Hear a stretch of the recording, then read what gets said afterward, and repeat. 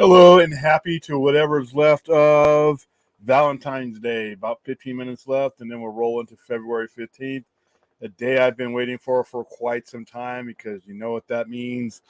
It is Pooh Blood and Honey premiere day. I will be there tonight at 7 p.m. watching all 3Ds just explode before my very eyes. I'm not going in there looking for Scorsese or Francis Ford Coppola or even Ridley Scott. I'm looking to have fun. I'm looking to go to this ridiculous, absurd concept of a movie, watch people get hacked up, watch childhood dreams get destroyed, and walk out with a whole lot of fun. And then hopefully sometime this week, as things calm down after the premiere, we'll get those guys, Jagged Edge Productions, on with Sci-Fi Center Live. So, all right, let's go to the chat. Oh, there we go again with this delay. Let me check on this. Dude, StreamYard, if you watch your shows or your people, you've added some things and done some things that have just really ruined my rhythm, man. I mean, I took forever to get used to this, and now you added things, and I thought I was alone, but even Enoch's just having some issues with it. So, yeah. All right, so I'll just wait for things to filter out here. Hey, what's going on, dude? Love your logo. Zack Snyder, Justice League Restored, happy day. Yeah, I didn't do that. Like I said, I support the people who want to do this hashtag thing, but I got a couple of other ideas. Like I said, you've seen my ideas. I just don't. I see some people. I saw Wayne T. Carr. Wayne T. Carr showed his support and did the hashtag, and people went after him. I'm like, that alone, in a nutshell, tells you, like I've been saying, and I'm not going to go into it because I don't feel like wasting the oxygen on them. People went after him just for supporting that. Wayne T. Carr is a grown-ass man. He doesn't need you fucking losers to tell him that he shouldn't be supporting that movement. He can support whatever he wants to. Any one of these guys who did the hashtag movement can do whatever they want to. They don't need you telling them otherwise. I mean, good grief. So, yeah, I saw that today, and I'm like, yeah, there you go. And like I said, these guys who do that think we're just trying to help you. No one needs your help. The best way you guys can help those people is just by going away, So there you go. Testament, Megadeth, and Exodus over Metallica. Okay, you're right, but you got to realize though, mid to late 80s, from 80, maybe 87 on, 88 on, Metallica wasn't a thrash metal band. I mean, Dave Mustaine, in my opinion, and you guys can, agree to different levels of fandom. Dave Mustaine is what brought the thrash metal to Metallica, to their core. If you look at, after Kill 'Em All, I mean, the songs were longer. They were fast paced, but they weren't thrash. I've never considered from a certain point on Metallica being a thrash metal band. So you're right now. We're saying, I mean, and then Testament, Megadeth, and Exodus are all better thrash bands than Metallica, because Metallica, in my opinion, was no longer a thrash band from that point on. And Megadeth, in my opinion, set the gold standard for thrash metal. They may have not been the best their entire time, and other bands may have come up and surpassed them at certain times, but everybody who came up in that era, in my opinion, was looking at what Dave Mustaine and Megadeth was doing. Even if they surpassed them, even if you want to make the claim that Testament and Exodus are better than Megadeth at some given time, I don't think the door is open for thrash metal without Megadeth, because there's a lot of underground bands that were doing it that weren't breaking through. So you are right in that respect. I can respect that. Yeah, he's a good person. He didn't deserve to have people come up to. I love the way he handled it too. And some of the people are like, grown ass man, 2 kids with a job, do whatever he wants. That's hilarious. Hey, what's up, Ryan? What up? The Flash trailer was perfect. Every shot, every frame, every word. What are your thoughts? I love the trailer.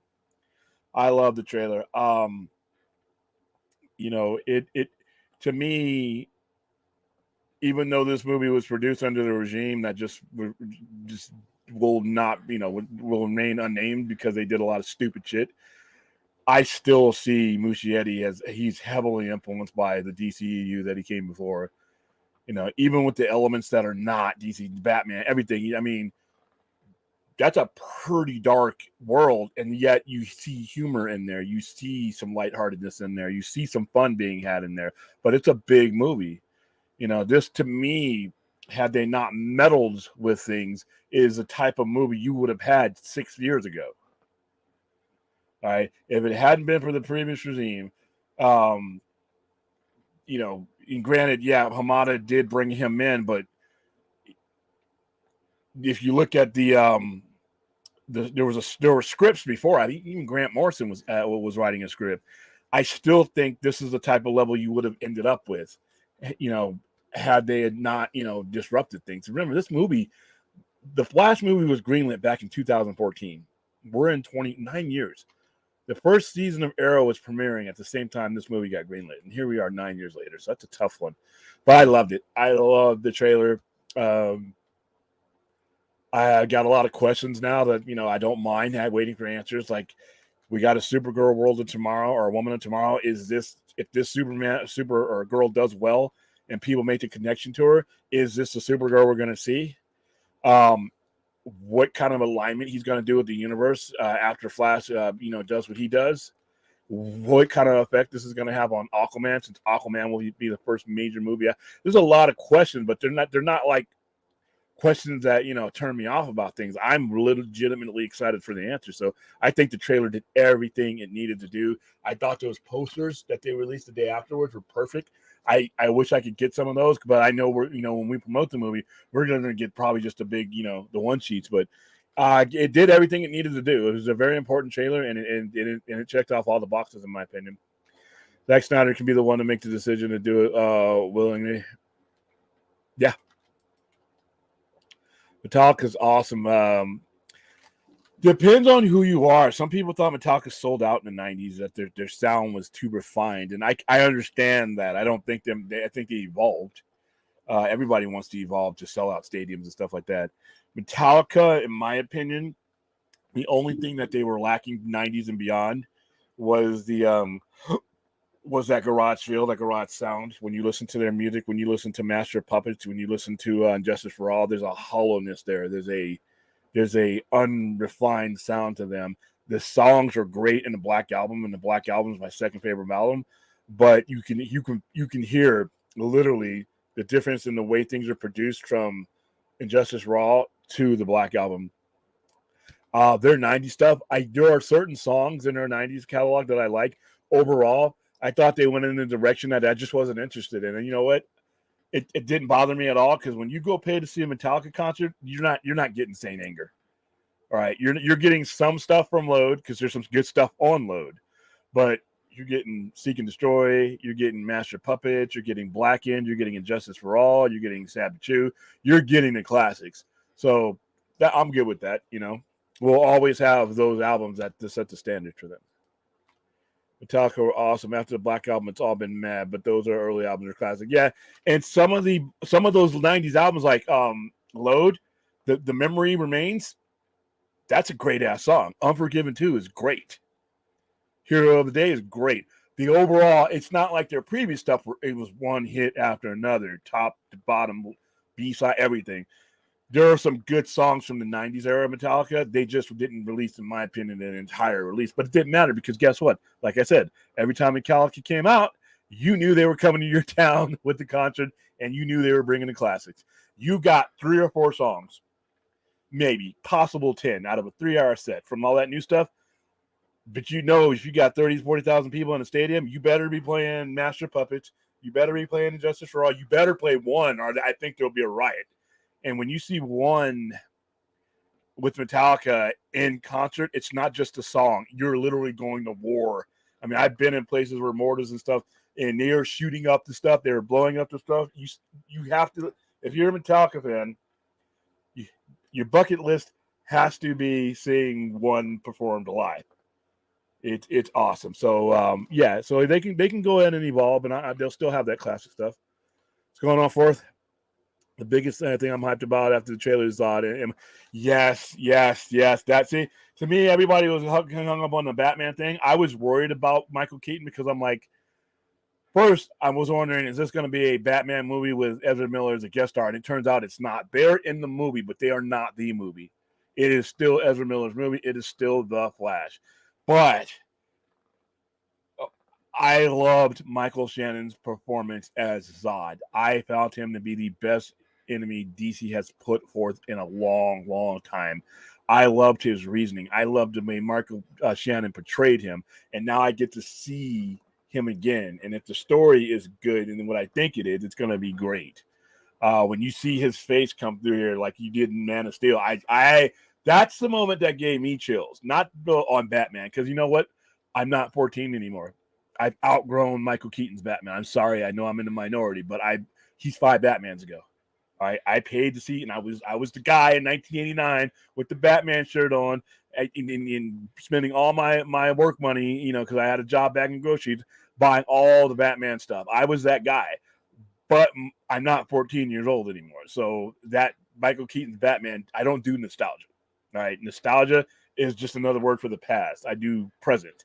So, but even with that, because you could say Zod is nostalgia, but not really. Zod's like literally 9 years, you know, ago. So he's not like 33 years old. But when I saw the face and Zod come through, I just felt like I was watching Man of Steel again. So yeah, the biggest highlight for me is Zod taking over the world and destroying the world, because those were my favorite post-crisis Superman comics.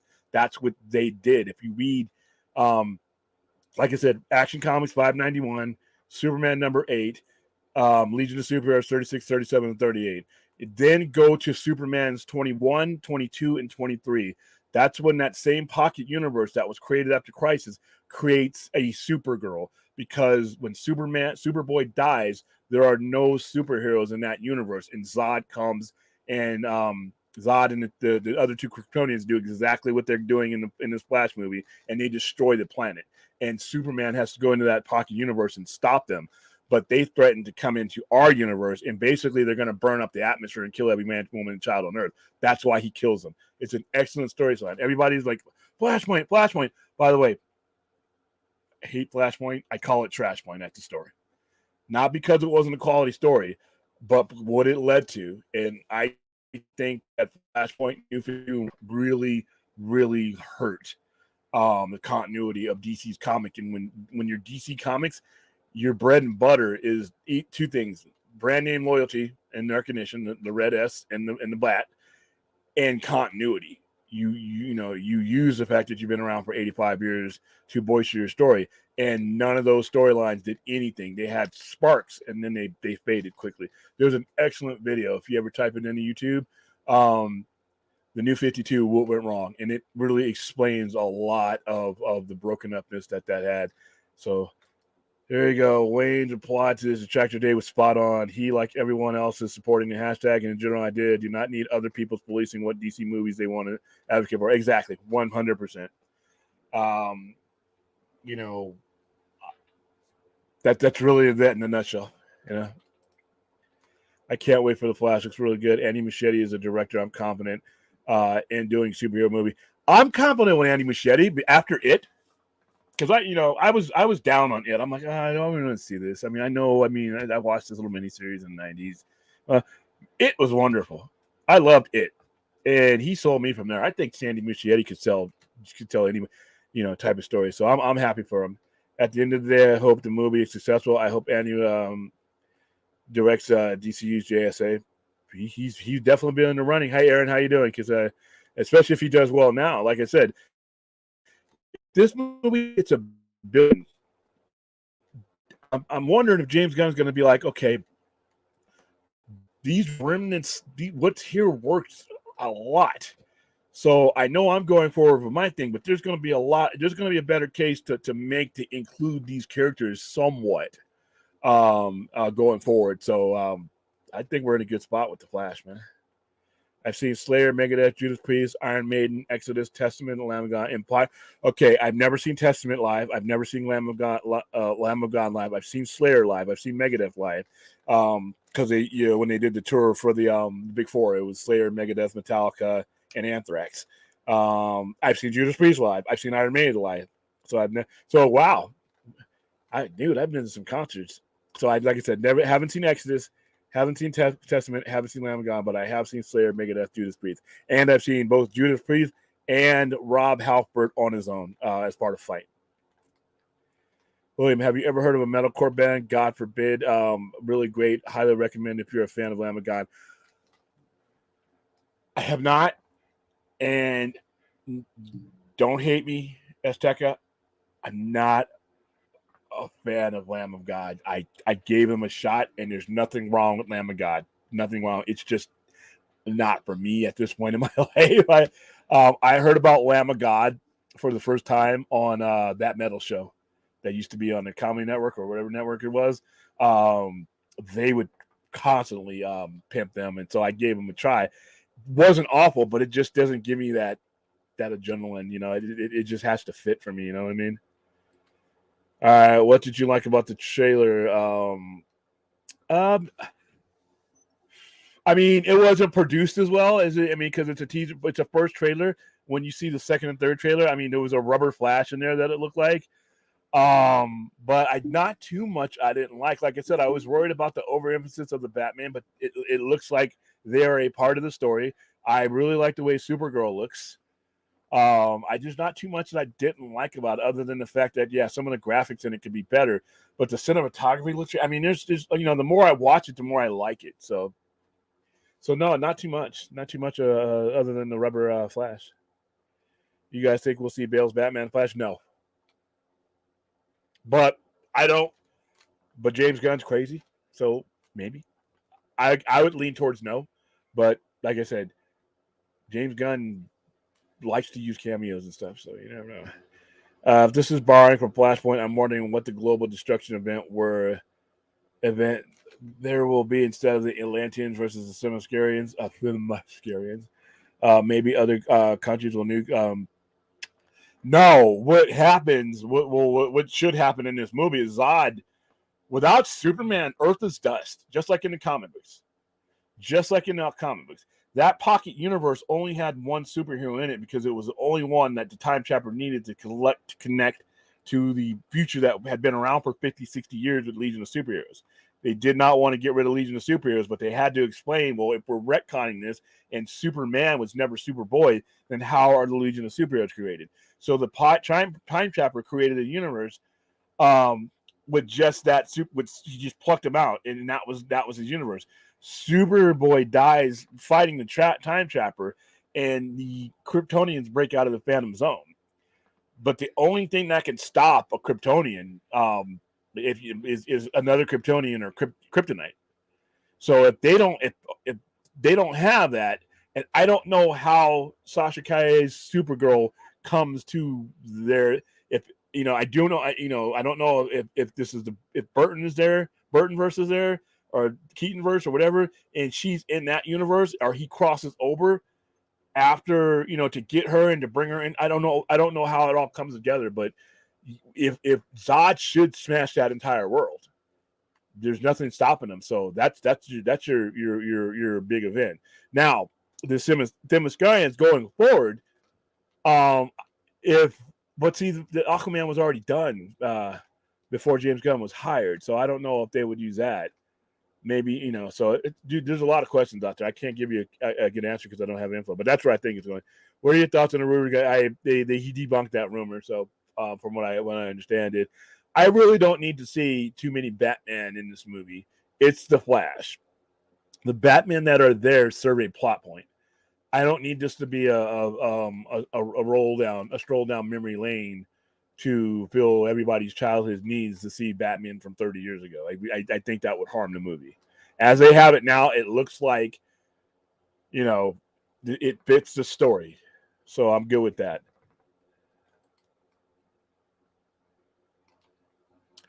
I don't know when we're going to get a JLA. I think the fact that we still have, a lot of sore feelings about the one that we have, and we never really got all that.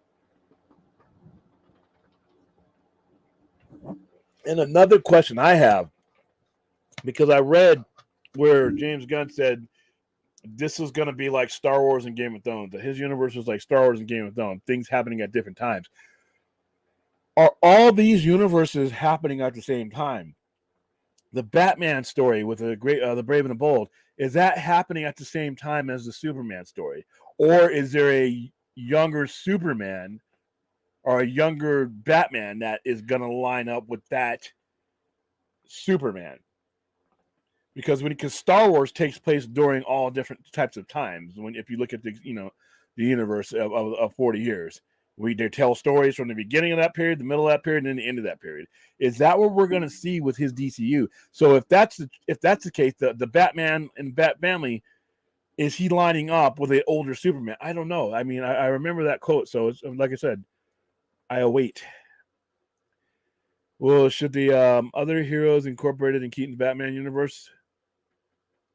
I don't think so. I think that I'm thinking somehow he's going to different universes and getting these people, because either that or Keaton is in the universe where Superman doesn't exist, but that's the prime universe that they start at. So Keaton's Batman is in another universe, because the universe that Zod attacks is the Man of Steel universe, and that's the universe that Ezra comes from.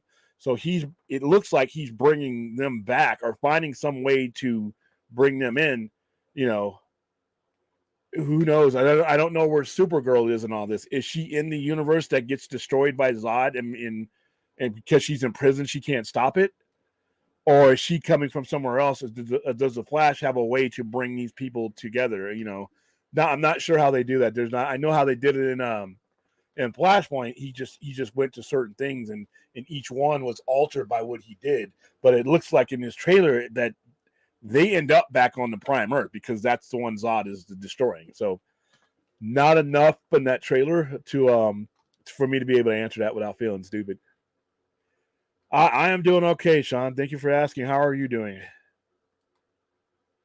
There's a rubber Supergirl shot during a punch that looked horrible. I'm hoping that the color grade isn't. Oh, no, it's not done. They got 6 months of tinkering to do, man. They are not. This movie is not. Yeah, it's done, but it's still in post-production. And they always say that the film is locked, but they do shit all the way to the end. And like I said, get back to us 6 months from now, or back 4 months from now, when it's hitting the screen and you don't see rubber superheroes anymore, because I think that's and to be honest with you, it moves so fast that you can get away with that in February. But if I see that on the screen in June, I'm be like, okay, what the hell? All right, nukes can stop the Kryptonians. The sun, nukes can stop Kryptonians till the sun touches them, but you'd have a nuclear winter. Yeah, I mean, he's gonna live. This Kryptonian's gonna live, because eventually all he has to do is fly up out of the nuclear, halo, or the nuclear umbrella, and he's gonna be okay. Yeah, I mean, remember in the Dark Knight, that's exactly how it happened. They tried to use a nuke, and it did hurt him, but it didn't stop him. I mean, he flew up, and he got all his power back, and that's probably the same as Zod would do. All right, and remember, the military is involved, and the world is notified by Zod. His takeover nukes make sense.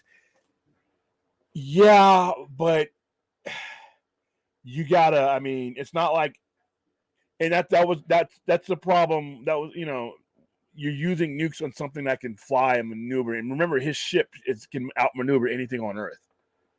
Remember, that was the main problem in Man of Steel, is because they had to get on the ship, because all the time. And do we know if the nuke would stop the world engine? We don't. I mean, they never used one on that. And plus, once again, you're right. A nuke is you're trying to save the world, and you're gonna basically blow it up. And who's to say Zod is not aware of Earth's nuclear capabilities and wouldn't have some way? I mean, if you look at Man of Steel, that thing gives off every time it operated, there's an electromagnetic field that surrounds that whole thing. There would have to be in order for it to operate. So if he hits it with an EMP, then they're not going to be able to launch any weapons. So who knows, man? But I'm assuming that Zod's going to be a little bit more formidable than that, but that's just me. The official synopsis is Barry gets trapped in an alternate reality when he saves his mother, so I think Zod is invading Keaton's Earth. How would that work, though? Because the only thing that you're changing, if he creates a world or a world without superheroes, it's his world. Keaton's not on that planet. But we see Keaton on that planet eventually. So you could be right, JR Server. Or I don't have enough info right now. That synopsis gets trapped in an alternate universe when he saves his mother. I think Zod is invading. I think Zod is invading the same Earth that he would always be invading. The only difference is there's no Superman to save it. So either he does something to merge those Earths even more, or he finds a way to bring them all there. But it's not a directly. If that's the case, he's not directly adapting it from Flashpoint. Because Flashpoint, he goes to different universes and they all are distinctly different until he has to reset everything. And then it's just basically a realignment. So, dude, it's going to be interesting. You could be 100% right, but it could be very interesting to see it. I'm assuming it's going to be the end of book 1 instead of chapter. So it may be a while before you get a Justice League. That's my opinion, too. Because, like I said, I don't know how the superheroes are aligned. Is Superman Legacy being told at the same time as Supergirl Worlds of Tomorrow? Is Batman Brave and the Bold being told at the same time as these other things? And if that's the case, are we seeing things like in non-linear time to where at the end of a certain chapter, things do line up? The Batman, who's an old guy, if James Gunn is going to ultimately go with a younger Batman, it's not going to be the one from Brave and the Bold because by the time he has Damian, he's late 30s, early 40s. So how is he lining up that older Batman with this younger Superman? I'm assuming that he'll put out some more information about it. So I'm curious. Question, William, do you think the DCU add the Batmans because they thought the Flash would be a bomb with just Ezra Miller? It has nothing to do with Ezra Miller. The Flash, listen, DC, the beginning, middle, and end of DC's brand name is the Trinity. Even though the Flash on the Justice League has been since its inception, even though the Green Lantern is on there, and even though Martian Manhunter is pretty much right around the beginning, back in the Brave and Bold, versus Starro, the first superheroes pretty much ever created are Batman, Superman, and Wonder Woman. It once you start going away from them, people who spend the money on these things get kind of nervous that does the Flash alone, regardless to who's playing him, is the Flash a strong enough IP without one of our nuclear weapons? It is a legitimate question to ask because you don't want to run into a situation where you have a Shazam or a Black Adam. And I'm not saying that the Flash is down to that level, but if you're spending $200 million on a film, yes, he's one of the main original players, but he's not the Trinity. And all of their financial success has come from the Trinity for the most part. You got lucky with Aquaman because, like I said, Jason Momoa, MILF Magnet, Ezra Miller's not in that fashion. But for the most part, it's the investors and people putting money. They want to see that red S. They want to see that bat. That gives them comfort. That red S and that bat and that golden lasso allows you room to work with the lesser known stuff or the ones that you may not, think is going to do as well. As a fan, I think it would have been just fine, but I'm not putting millions on the line. So I think that was their insurance policy, regardless of who was playing it. Ezra Miller, doesn't matter. The Flash is the Flash. Batman is Batman. Superman is Superman. Wonder Woman is Wonder Woman. So I think of it as an insurance policy. That'll work out. Oh, wait, it's a different universe he goes to. Then Flash didn't disrupt the timeline.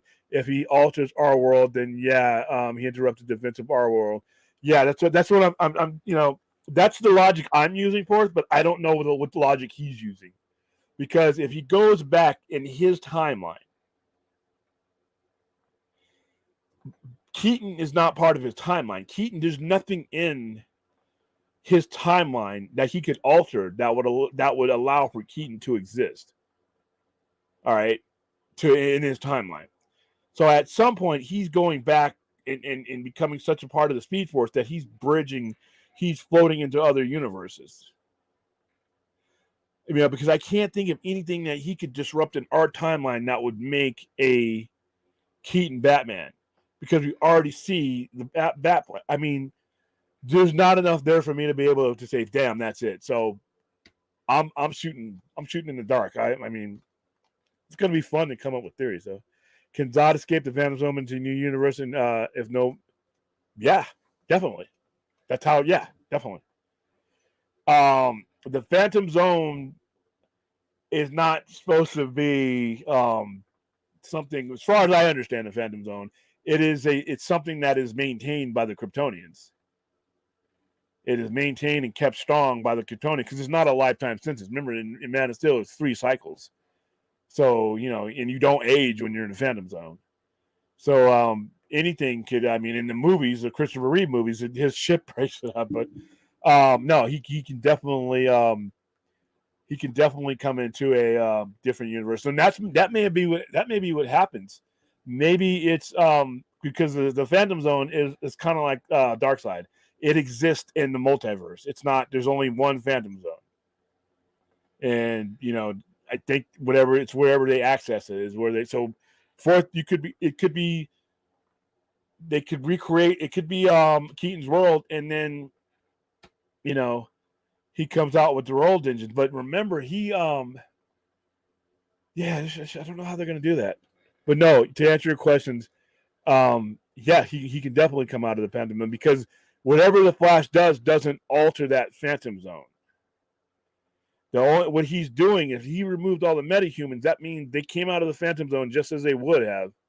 The only thing that different is there's no Superman to stop them. So they'll definitely come out of the Phantom Zone the same way that they did. And they're going to go get the world engines and everything else. So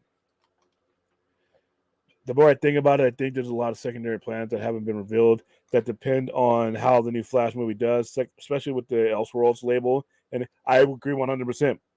And I think that is, I think that's good news. Hello, Tehran. I could be Barry accidentally merging his and Keaton's universe, and the rest is about undoing that. That's very possible. Like, he basically goes so fast that it's almost like he fuses the universes together, and then the things that are going to happen, no matter what, are going to happen. So if he fuses the universe together and somehow there's no superhumans or metahumans on there, then Zod, there are certain things that, like he said in the trailer, and I love the way he said that, there are certain things that are always going to happen, certain things that are going to be drawn to time. All right. Like Zod, the things that happen on Krypton are always going to happen on Krypton. Now, we don't know how or why there's no Superman. We don't know how. I mean, for whatever reason, Flash could have ran into, Superman's ship on the way back in time and, set him off course. So anything can happen. But Zod is always going to look for the Codex. So which tells me that Superman was born and Superman was projected out of the planet with the Codex. But something happens and he doesn't make it to Earth, or something that the Flash does, he doesn't make it to Earth, and that leaves, because Zod is coming looking for the Codex, looking for the genetic material that'll help. So somehow they're going to have to explain why he still ends up on Earth, because remember, his primary purpose was to get the Codex. So without Superman there, something has to be on Earth for him to get it. Is the Codex in Kor-El as well? Because remember, she was sent to protect him. If it's the same traditional, man, it's fascinating. These are the conversations I want to have when it comes to DC, though, because this is what's called positive speculation based on what we know. So I'm all for whatever the reality is on there. Then this doesn't make sense. He says the timeline is the one where my mother's alive. So he's going back in his own timeline. That's what I'm assuming, that his mother is alive. But remember, his mother was alive before she died in his timeline. So if he goes back into his timeline and screws something up, then that's what he's trying to fix. So he's leaving his timeline. Something happens and he undoes his timeline, and he ends up in other timelines trying to fix it. And that's what the whole universe is. But like I said, we're gonna have to. The premise has been out there, but there's a little bit more. There's got to be more to it, because there's two. I hate time travel. Yeah, it's dude. This is it. You can turn your head into a pretzel trying to figure out, because it all depends on what concept of time that they're using. Are they using linear time, or they're using strand parallel time? It sounds like they're using both, which means the linear time, he's trying to affect his linear timeline because he's going back to the point where his mom is alive, and he's going to try to stop that. And that's what creates the parallel and alternate timeline. So, it hurts your head. William, did you ever get a chance to see Dio, Ozzy, AC/DC, Van Halen? Yes. Dio, yes. AC/DC, no. I saw Van Halen, Sammy Hagar Van Halen in 1996. You don't want to go to that universe. How you doing, Larry? All right, let's see. Does the second Barry suggest that the Flash erased himself from existence? Ooh. Does he?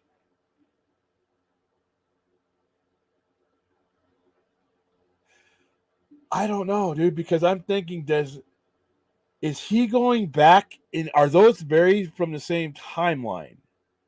So the Barry that goes back from our universe, is he meeting up with a Barry and teaming up with a Barry that is just before him? Because that would make sense, because remember, the Flash is visiting the past where he sees himself as a kid. So it may be that those Barrys aren't from parallel universe, but they're from different points in time.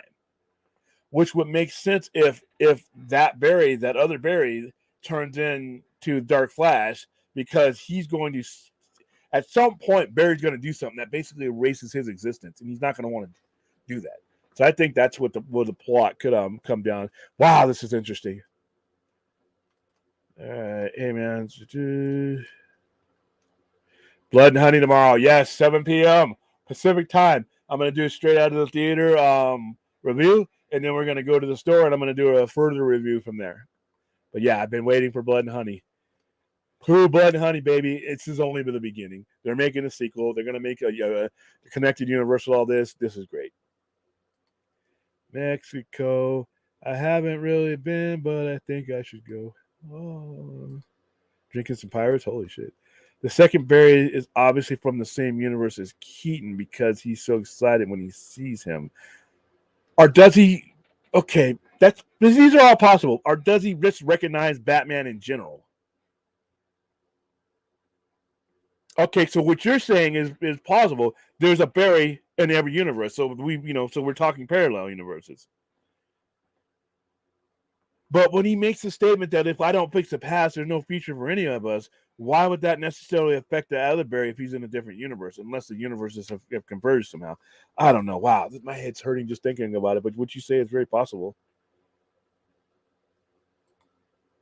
Okay, Barry's time interference shouldn't affect Krypton since it's far away. Supergirl has hinted to be from a Kryptonian ship.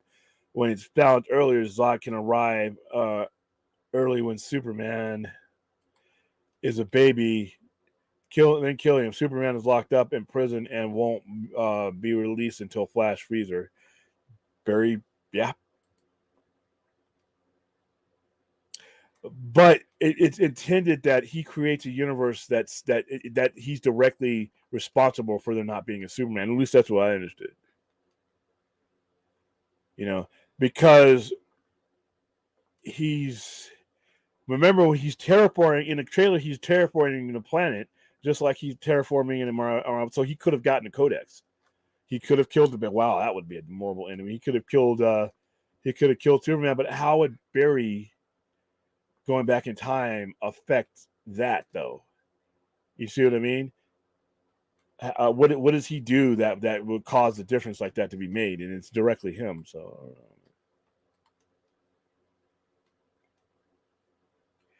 So what movie is this a sequel to? What, Pooh Blood and Honey?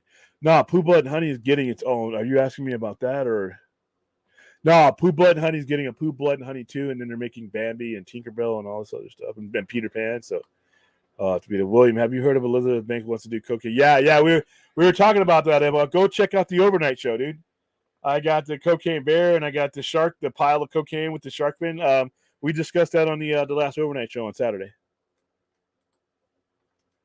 All right, Darcivio, living it up as we speak. Okay, you guys talking about me in Mexico.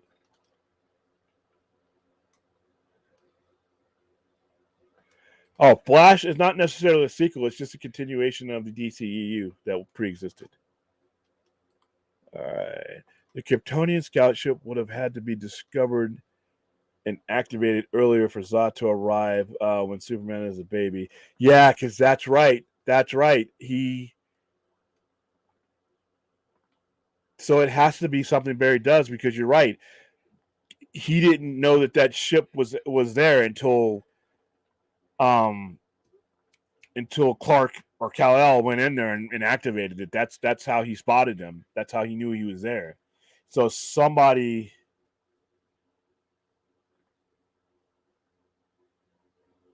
Yeah.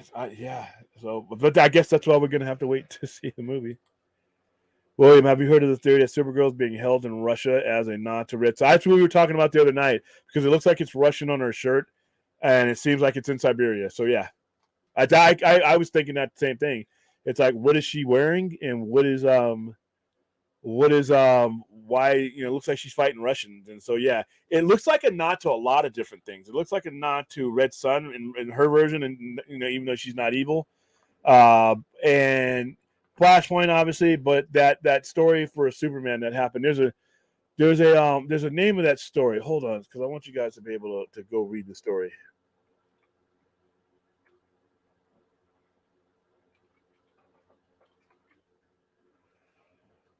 All right, there's a name to the storyline.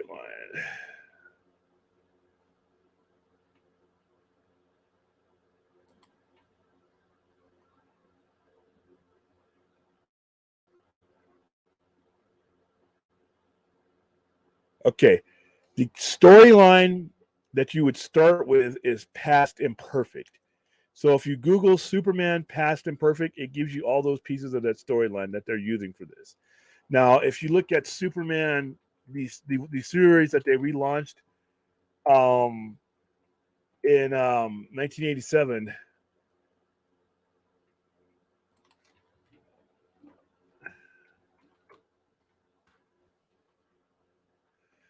All right, Superman Volume 2, number 21. So if you guys haven't, that could be, once the Flash hits, some of these books may go up in price, so you might want to go snag them. And let me show you what I mean. Let's see, share screen. This is the story I'm talking about.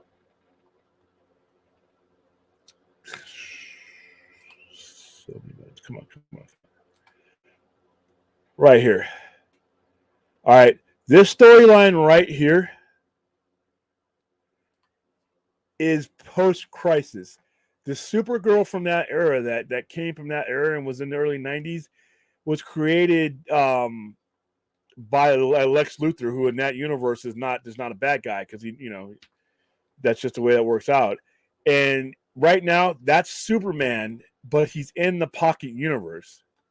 He goes into the Pocket Universe. I forgot why, because it was this years ago, and he finds her, because that Lex Luthor was a good guy, and he created that Supergirl because there was no other superhumans on that planet, and the Kryptonians had came and they just destroyed the planet, and they were going to follow Superman into our reality and do the same thing to that Earth, and that's what prompts him to kill him. So when you see, the Supergirl there, and you see that there's a fact that there's a world without superheroes. To me, it's a nod to this storyline because that Superman, that Superboy existed in the world where he was the only hero, and when he died, there was none, and that's how we got that Supergirl. So that's kind of a loose kind of thing that I thought was kind of cool when I watched it. So, but yeah, I would go grab those books because depending on how many more details come out of there, those books could go up and do the same type of things that Supergirl World to Tomorrow did, and Swamp Thing and all those. So take a look at that. All right. Let's see. All right. This conversation, speculation, and stuff does kind of lend credence to the idea that nothing gets erased or retconned in the Flash, and the reset might be deeper than I'm starting to think that as well, JR Server. I'm starting to think that as well. I think, and that's what frustrated me when people threw around the word reboot, not knowing what that meant, not knowing what that entailed, and not just, like I said, just throwing around the word reboot because it made them sound smarter. When really, this is a selective realignment. That's not a term that a lot of non-comic book people know, but that's what it is. And if you want to get an idea of what he's doing, a better idea, watch Star Trek The Next Generation, Yesterday's Enterprise. All right. I'll wrap it up here real quick, and so because it's a long explanation. We're in present day Earth, or what is present day for them. All right. An Enterprise from the past, there's a space anomaly that they cross into. They end up in the same time frame as the Enterprise D. So Enterprise C enters the same price, but here's a problem. They were in the middle of a battle with the Romulans. All right. And they crossed into that anomaly as that battle was going on. That linear time changed the timeline because that battle with the Romulans, they were saving a Klingon ship. And the fact that a Federation ship stood up and defended a Klingon ship against Romulans was one of the things that helped the Klingons enter in peace negotiations and build a better relationship. Whereas without it, the Klingons were on war footing against the Federation. So when the Enterprise comes into their timeline, everything that the Enterprise had met during that timeline was erased. And you now had a different reality. You still had recognizables there, though. You had Picard was still Picard, but under different circumstances. Data, Guinan knew what was wrong because she had an extra dimensional sense about her. But all the crew was still there. But now they're fighting the Klingons because there was never that faithful effort to save them. But that one decision or that one anomaly, them entering in and leaving that battle and the future going on from that point, altered everything about it. So now when you look at what James Gunn may be doing, if he's going in the past and there's certain things being messed with or tampered with, he still comes back to a very familiar future that we would see. There would just be differences. Certain things happen, throughout the time, and that's how you could explain it. And he can use it's a wide brush that he could use. But look at Yesterday's Enterprise to understand the logic that I think he's going with. It may be a little bit different, but I really think that he's going at some point in time, something gets changed. But a lot of the familiars are still there. That's why you can still have an Aquaman. But the Aquaman we see is going to be under different circumstances because something that Barry does alters the world. But Jason Momoa is still Aquaman. Some of the things, the Suicide Squad, all those guys, they're still there. So when you do a reboot, those guys are gone. And there's no such thing as a partial reboot. All right. That's just compounding that people don't know what reboot means. When you say partial reboot, you're just compounding on illiteracy there. All right. It's either if you reboot, you don't. If it's not a full reboot, then it's selective realignment. That means he's taking elements of the story that he wants to use going forward to line up what he's doing. So, yeah. So you're right. There may be things deeper in the stuff that we've seen that might go, some of the stuff we never got to see, we might get to see simply because it adds to his story. So it's a very interesting time, but you could be 100% right. I don't think we'll ever find that out because that's just something they don't have to touch. I think it's going to be Zack Snyder's Justice League. I don't think that anybody in their right mind, if they were branching off and using something that was part of their reality, is going to use a much maligned version of Justice League when they can just use a better one that's right there. Supergirl is intended to be on that ship in MOS. Yeah, I remember that pod. Could have been removed and imprisoned most of her life. True, and someone else could have activated some maybe Superman doesn't make. I don't know, but Superman's on that ship though. Oh wow, it's gonna be fun. It's gonna be fun to figure this out. The scout ship in MOS of the D is the MVP of the issue. Yeah, I know because it ends up bringing her, and that would go back to something a Snyder theory, which is weird.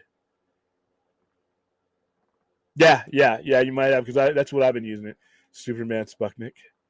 Darcipio, I'm going to bootleg DC shirt. Don't go bootleg, buy them for me. There's something else. I think we might have seen some of the Nightmare timeline in the Flash. Possible. It would be cool if they wrapped it up, or they left it open to be wrapped up. But it's gonna be fun. And June, I was watching the Death Battle episode of Darkseid and Thanos, and learned that the Omega Sanction for the very first time. Yeah, he can do all kind. He can send you back in time and have you reliving horrible moments.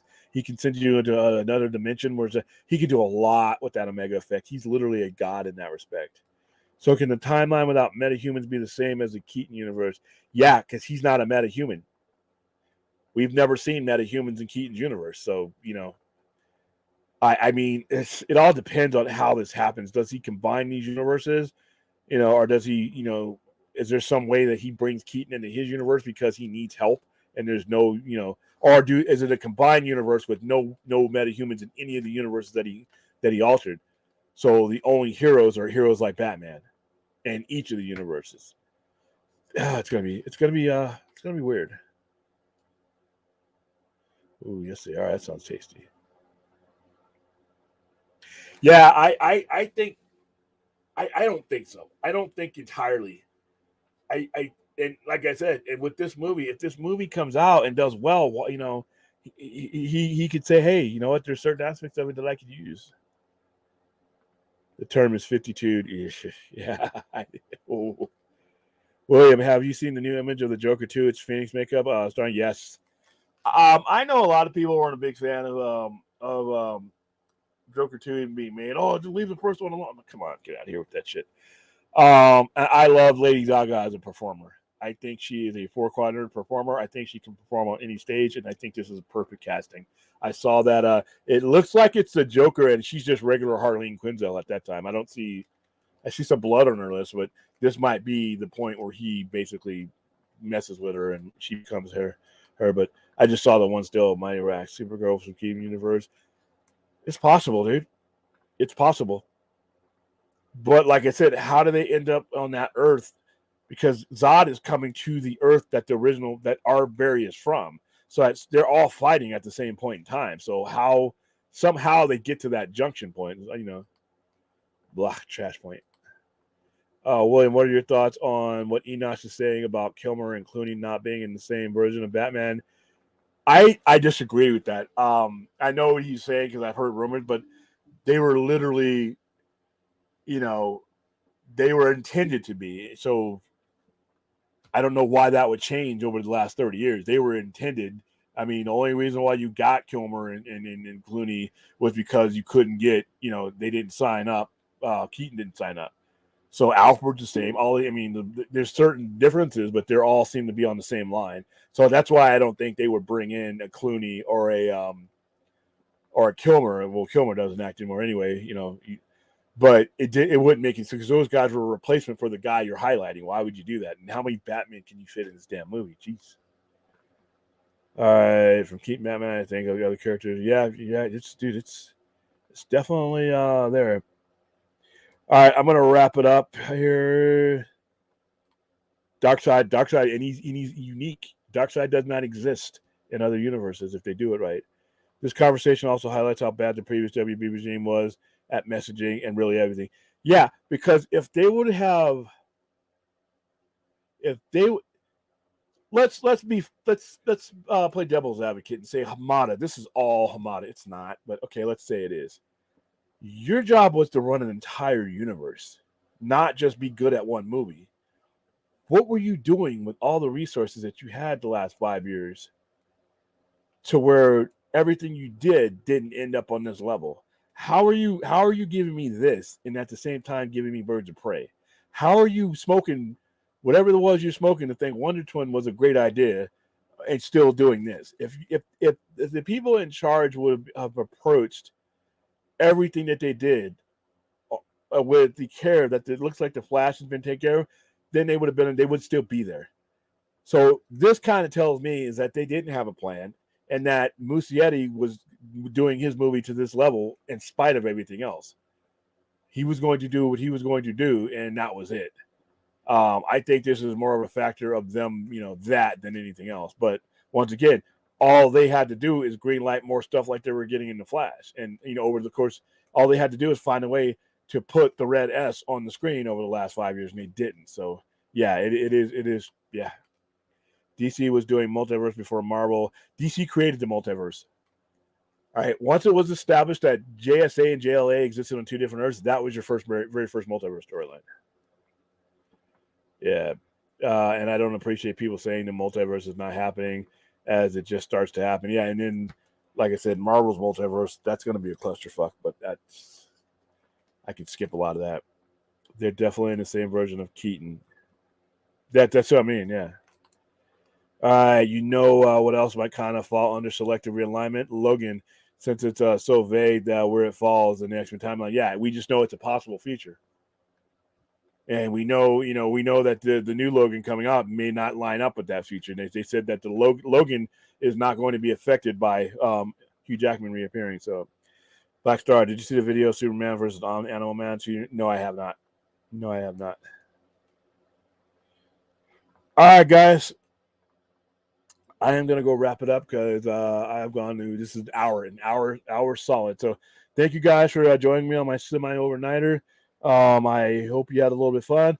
It was good to be talking about these things in the I wonder, that would be cool if, or we're starting to speculate in a positive way instead of in a BS way that we were prior to this. I hope James Gunn makes good decisions that unite the fandom as content.